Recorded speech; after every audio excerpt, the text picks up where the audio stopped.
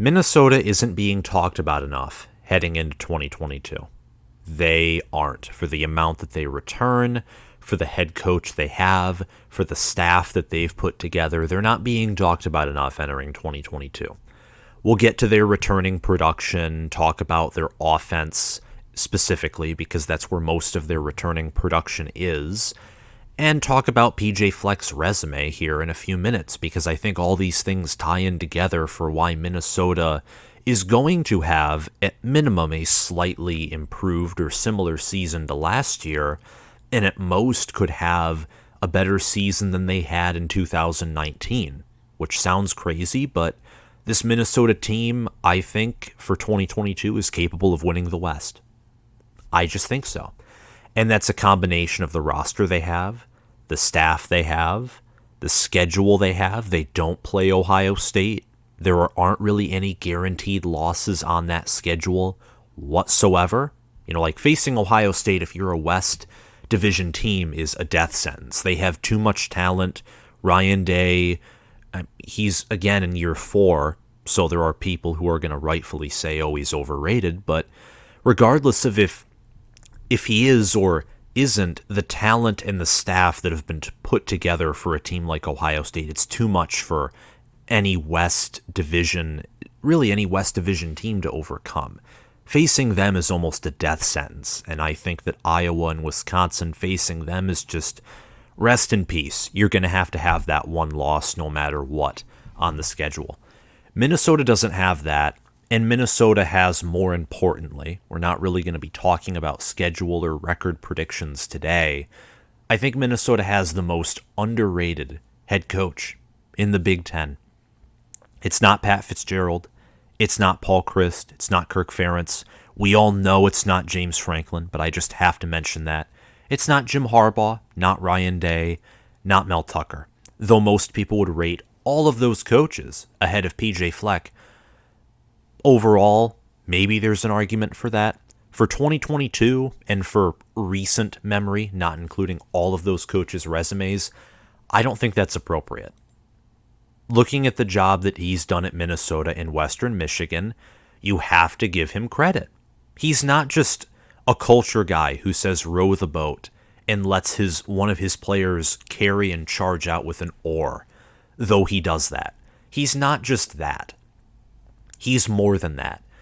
This man rebuilt Minnesota into what we know them now. He did that in 3 years. 3 years. Took a team that survived the Jerry Kill era, had somewhat of a debacle with Tracy Claeys, and he took them from a 5-7, 2-7 in conference season in 2017, and by 2019, they at some point were undefeated. More specifically than undefeated, they were 9-0, top 10 in the country, and they had a really realistic chance of winning the remainder of the regular season games. After starting 9-0, they went 1-2. They lost to rivals Iowa on the road and Wisconsin at home. But that team was amazing, going from 5-7 to 11-2 in 3 years at a program like Minnesota, which doesn't have a lot of talent, doesn't have a lot of resources. It's impressive. You have to give him credit for there.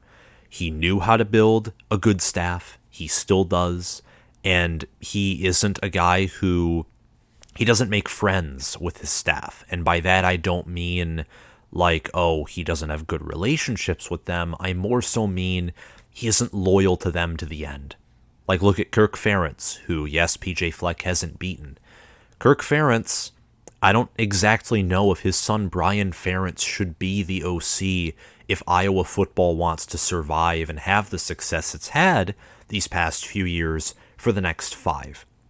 Look at Mark D'Antonio at Michigan State, loyal to his staff until the end, and it was his undoing.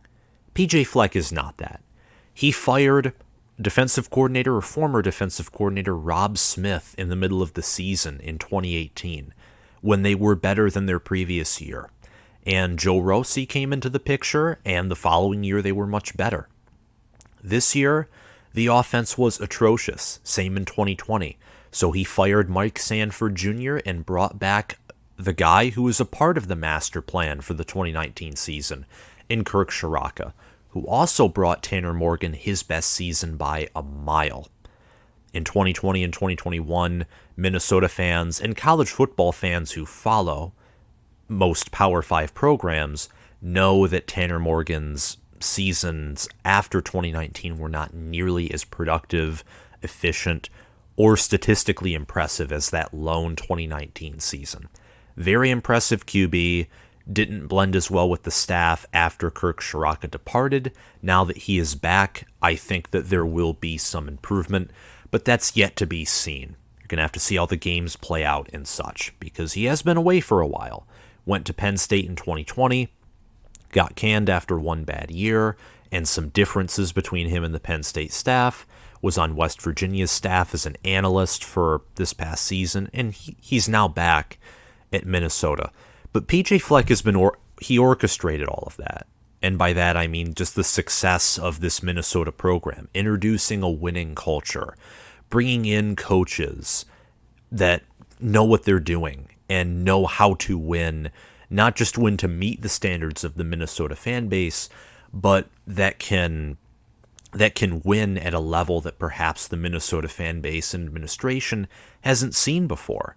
So I think that I think he's absolutely an impressive head coach. I think it's disappointing to see that a lot of people rank him not only in the bottom 7 of Big Ten coaches, but even in the bottom 6, 5, 4. I don't get that. I don't understand it. I don't buy into it. He, just even looking at the COVID year, where Minnesota was just marred constantly by illness there. And even in 2021, where Minnesota was again marred by not illness, but injuries, with most notably Mohamed, Ibrahim, and Trey Potts. Imagine if they weren't marred by some of those bad circumstances that were out of Minnesota's, control. And he still went 23-10 in his past 3 seasons, including that very down COVID year. And speaking of that, let's get into that, his resume, because I do mention that in his past 3 years, he's 23-10, which includes a COVID year that messed up several programs. Minnesota's was less due to schematics and arrogance, which I think was Penn State and Michigan's problem, for example, in 2020. A lot of it was due to the fact that their roster was just never together and healthy, because if you got COVID, in 2020, you had to sit out for a game or 2. And if a certain amount of your roster was sick, you just couldn't play a game, period, that you were scheduled to play. But Fleck's resume entering 2022, his current resume, is he's 65-45 as a head coach.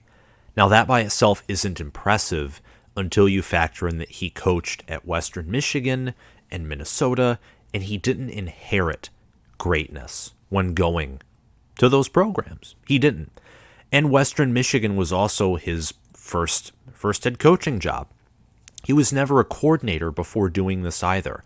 His resume before becoming a head coach was he was a graduate assistant at Ohio State, a wide receivers coach at Northern Illinois, which was his alma mater, from 2007 to 2009, then went to Rutgers for 2 years from 2010 to 11 as a wide receivers coach, and spent 1 year in the NFL coaching wide receivers at the Tampa Bay Buccaneers.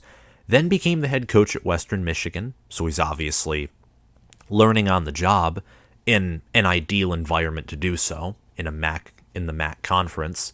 And he took Western Michigan from a 1-11, 1-7 in conference record. And in 4 years, in 2016, Western Michigan was 13-1.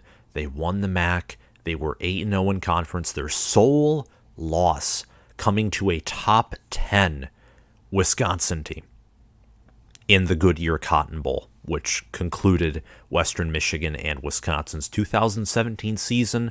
The loss was by 8 points. So he rebuilt Western Michigan. He seems to have rebuilt Minnesota. I'd say by year 5, you know what you're getting out of a head coach. At least you have an idea. And Minnesota is certainly trending up. They had a great 2019 season, a down COVID season, and going 9-4 with the injuries they had and the incompetent OC that was there in 2021. It was impressive that they went 9-4. And their 9-4 season, I think, just embodies the culture that PJ Fleck has, the mental toughness that his teams carry. 2021 Minnesota was an interesting team. The team only allowed 17.3 points per game, which was 6th in the nation. They had one of the nation's best defenses, and I think in one category they were the best, at least in the Big Ten. I think that was passing defense. Don't think it was rushing defense. I think that was Wisconsin or Iowa or someone, not named Minnesota. Correct me if I'm wrong in the comments below. But they were 6th in the nation in allowed points per game, so in scoring defense. They were 83rd out of 130 teams in scoring offense. Now, Iowa, Minnesota, Wisconsin, Penn State, even though Penn State went 7-6, I think they were still a good football team. 4 football teams in the Big Ten that I would consider good football teams, teams that could compete with good teams and having some impressive wins, all had bad offenses with amazing defenses. And Minnesota, unlike those other 3, well, Penn State had to deal with some injuries, but Minnesota had from the get-go their best player in Mohamed Ibrahim was out for the season. Ruptured his Achilles in the Ohio State game. And a guy like that, an X-factor player being out, that causes damage. Minnesota, after that, they dominated Colorado on the road after losing to Ohio State. And then the unthinkable happened. I mean, they beat Miami, Ohio before Colorado, but after that, they lost at home to Bowling Green. Normally, when you lose to a MAC team at home and you're a Big Ten team, tough times are coming. Like, really tough times. A losing season, maybe a 500 season. You don't lose at home to Scott Loeffler's Bowling Green, who was 4-8 this past season. You don't lose to a 4-8 team at home and then proceed to go 9-4 overall and beat a ranked Wisconsin without some mental toughness, without the head coach trusting his players and the players trusting the head coach and the staff trusting each other. You don't do that without trust, a solid culture, some kind of a game plan, and somewhat of a competent staff and competent roster. You don't do that. That right there, going 9-4 while losing to Bowling Green, while having to face Ohio State, which, let's face it, I'd say with the current state that Ohio State's in, scheduling them or having them on your schedule as a Big Ten West team is a near-death sentence. That's essentially a guaranteed loss unless you can find them at home, like in your home, and even then, that's a tall order to face a team like Ohio State who's much more talented, who's very much schematically ahead, partially because of the talent, but also the large swaths of money their school dedicates to their football program to hire better coordinators, to hire better analytics guys, and in this case of the world of NIL, help even pay for those better players. At least, if we're being honest here, that's what's going on. But this makes what Fleck has done all the more impressive. He's 2-3 versus rival Wisconsin. 2 of those wins, they both came in 2018 and 2021, so he's 2-2 in his past 4 years against Wisconsin, who's coached by a very solid head coach in Paul Chryst. 23-10 in his last 3 years, and his teams carry, again, this mental toughness, this mental edge. They don't give up. The whole row the boat mantra, phrase, that just embodies that his teams, they never give up. There's a hole in the boat, well, then you got to start bailing it. You got to start bailing out the water. And that's exactly what PJ Fleck did this year.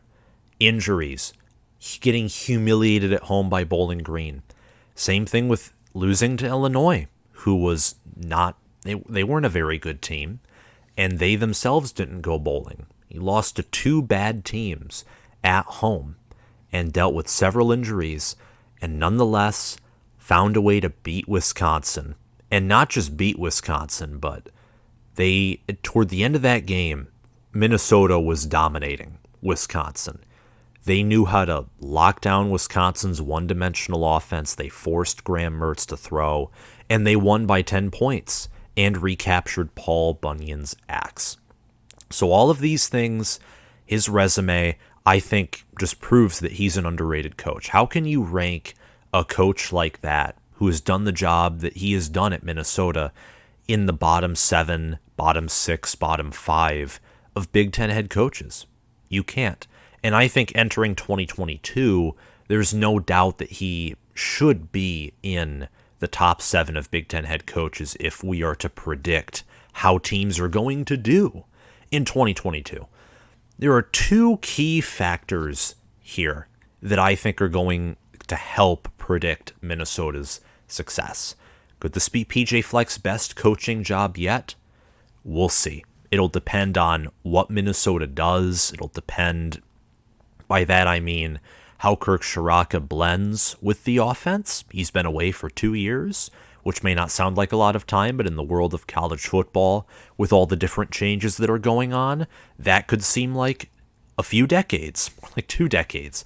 So that is one factor, certainly, is just how well the players and the staff blend. I think Minnesota has certainly made staff upgrades, mainly in hiring Kirk Ciarrocca back. Minnesota they have so many solid staff members. It's crazy. Kirk Ciarrocca, Matt Simon, who helped develop Rashad Bateman, who's developing Chris Autman-Bell nicely, and Joe Rossi is still here, a guy who again commanded the 6th best scoring defense in 2021, and who has a solid room of linebackers as well. And you also have Paul Haynes, who's going to be in his first season as the co-defensive coordinator for Minnesota. He's also the cornerbacks coach too. So Minnesota's staff, it's a very solid staff, and that will help, especially on offense, with 80% of the offense returning there. 80% of the offense is back, of their production is back from 2021. And with a new upgraded staff, a better OC, Minnesota is going to be scoring more touchdowns than they were last year. And that, as Paul Chryst put it at Big Ten Media Days in 2021, the goal of football, or I'm paraphrasing what he said, but he said something similar to, the goal of football is obviously to outscore your opponent, which is a very simplified, but getting to the point, it's a very simplified definition of what you want to do in college football. You want to be able to score, move the ball, and with the offensive era that we are in, 2021 was kind of more of a defensive year than we have been used to in the college football playoff era, but still, with the offensive minds that we have, the spread being adopted by almost everyone, it's important that your offense is competent. And I think Minnesota's offense, with the amount of returning production they have, especially with Tanner Morgan at quarterback, Mohamed Ibrahim, and Trey Potts at running back, who appear to be doing well even after their serious injuries, especially Ibrahim rupturing his Achilles. PJ Fleck says he's doing pretty well. And center John Michael-Schmitz returning as well. He's the only member of the offensive line who returns, but if that's to be anyone, you want your center, your leader, to return out of all of your offensive linemen if you had to pick one. This sets up Minnesota to have, I think, a much better offense than they did under Mike Sanford Jr. this past season.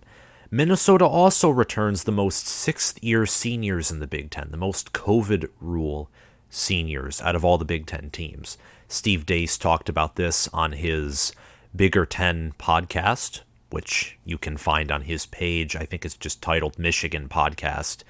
And I do watch him a lot, and this is a nice point of his that he did bring up, that Minnesota returning the most 6th-year seniors in the Big Ten, it's a big deal. It helped Illinois and Brett Bielema have a solid for Illinois standards first year in 2021, where he was able to upset Penn State and upset Minnesota, where there was solid trench play, which just screams Brett Bielema, mid 2000s, early 2010s Wisconsin style of football. Their run game was solid. Just 6-year seniors help. Better chemistry, more experience, more maturity, both physically, mentally. That's going to help Minnesota and PJ Fleck do well in 2022. These are the 2 points that I'm looking for Minnesota to do well. I have Minnesota, just briefly talking about my record prediction for them, I have them going 9-3. And I think that Minnesota can go anywhere from barely going bowling. I don't think they're going to have anything close to a losing season, but having about the same, maybe a little bit worse of a season than they did last year would be their floor. This team's ceiling is, I think, having 11, possibly 11 regular season wins, which would be huge for the program and certainly an improvement off of the 2019 season. And with 11 regular season wins, I can only imagine that would be the equivalent to outright winning the West, or at least tying for first. Let's say if Wisconsin has a really good year too or something, and winning the division.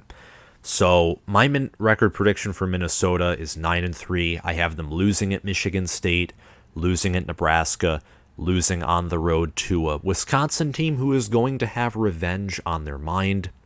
I think Minnesota's floor is around that 8-4, maybe 7-5 range. Their ceiling again being 11-2.